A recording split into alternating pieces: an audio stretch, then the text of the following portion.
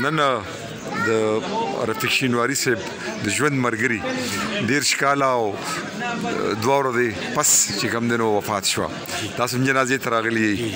څه وایئ په دې موقع باندې هغه خلکو ته چې د دې ابۍ د اخري ژوند څنګه تیر شو، په مشکلاتو کې، په کړمو کې، د علاج پامتداره، د خوراک پامتداره، او بیا په جنازه کې هم تاسو ولیدل چې داسې څوک نامور کس ماسې نه کړو چې هغه د جنازې ته راغلی. تاسو څه وایئ؟ نو دا خو ډېر د یو لوی سړي او ډېر لوی اتل او ډېر لوی کمپوزر او ډېر لوی شخصیت ښځه وه او زموږ هم مور وه، زموږ هم ابۍ وه، الله دې وبخي، ډېره ښه ښځه وه. رفیق صاحب چې څومره لوی سړی و داسې دا هم ډېره لویه ښځه وه، الله دې وبخي. هغې له زما خیال چې 29-30 سال بعد یې مړه شوه. او بس بیا وروسته کې دې ته چې رفیق صاحب مړ شو ډېر مشکلات و، ډېر تکلیفات و، د هرې خبرې د پیسو، د ټکو، د بیمارۍ، د دغه پوچو کې دوی سره وته هم داسې مرسته کړې ده ورسره، خو داسې نه ده کړې پوه شوې.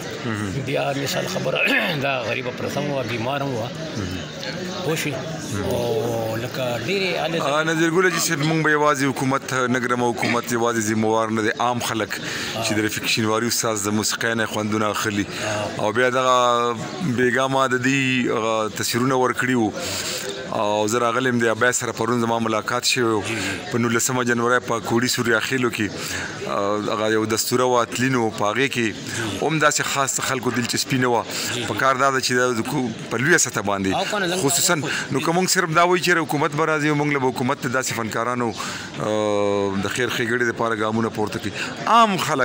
عام خلک چې د دې د ژوند نه د دې د فن نه خوندونه اخلي، ستاسو د دې فن نه خوندونه اخلي، د هغې څه ذمواري نه جوړېږي؟ ولې نه جوړېږي؟ رفیق صاحب خو ډېر ما خو تاسو له عرض وکړو ډېر لوی اتل و، ډېر لوی شاعر، ډېر لوی کمپوزر، ډېر لوی استاد و. لکه ټول د هغې نه تربیت یې زده کړی، که دا خیال محمد شو، که هدایت الله و، که ګلریز و، که ګلنار و، که کشور و، که شکیله وه، که نور داسې هنرمندانې وې، هنرمندان نو لکه هغوی ورسره ډېر کومک کړی دی رفیق صاحب او بلکې د هغې طرزونه، د هغې کلامونه یې ویلي دي او یو مقبول یو داسې مقام ته هغوی را رسولي دا سینګران چې اوسه پورې د هغوی نه معلوم کړو. دا لکه بدقسمتۍ ګڼو چې یاره دا ولې داسې کېږي چې دومره دا لوی شخصیت کور والا مړه شي او دا بیا ورته شرکت هم نه کوي، جنازه کې هم نه ځي. دا ډېره د افسوس او د دغ خبر د موږ دپاره. نظرګل حاجي صاحب ځینې خلک داسې وي چې دلته یو نامور فنکار مړ شي چې ګورې په جنازه کې نه شریکېږي. د ماجبین قزلواش ته خدای پاک وبخي، دلته د هغې جنازه وه، پکې هغه خلک نو چې کوم په هغه د ټلویزیون په پرایویټ چینلو کې ناست وو، په هغې یې پروګرامونه کول چې دوی دا کړي دي، دوی دا کړي دي، دوی دا کړي دي. جنازه کې شرکت ضروري دی او که نه دغه ټلویزیون پروګرامونو کې بیا دا ستاینې ضروري دي؟ نه جي جنازه کې ضروري دی شرکت چې دا خو هر سړی به مړ کېږي، هر چا ته پکار دي چې دا خو یو خپل حق دی، یو فرض ده، دا به ادا کوي، دا به راځي. جنازه خو ډېره ضروري ده، دا نورې خبرې خو بیا وروسته دي حاجي صاحب.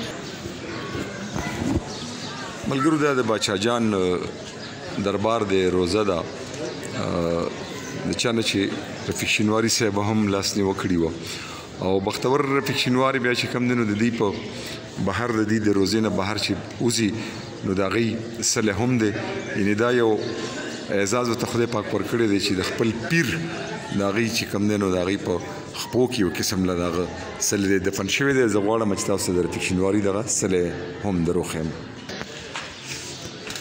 زه د رفیق شینواري صاحب سلی پلاو چې د باچا جان د روزې نه بهر د هغې صلح دی او تاسو ته به زه د دې دا صلح وښیم چې دې باندې نیټه هم لیکلې ده.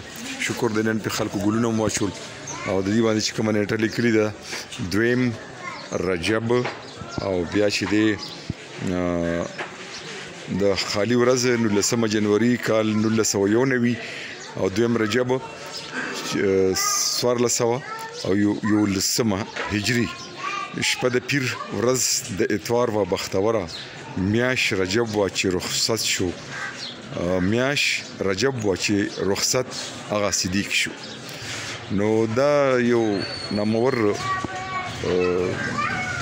د تصوف په لړ کې هم دی ډېر لوی کار کړی دی، ډېر لوی خدمات دي د رفیق شینواري صاحب. نن د هغې کورودانې وفات شوي وه، دغه سلسله کې موږ چونکې جنازې ته راغلي وو، دغه یو وړه غوندې ویډیو ما وی چې یاره جوړه کړم او تاسو سره شیر کړم، په الله ګران شي. دا د سید عبدالستار شاه باچا صاحب دربار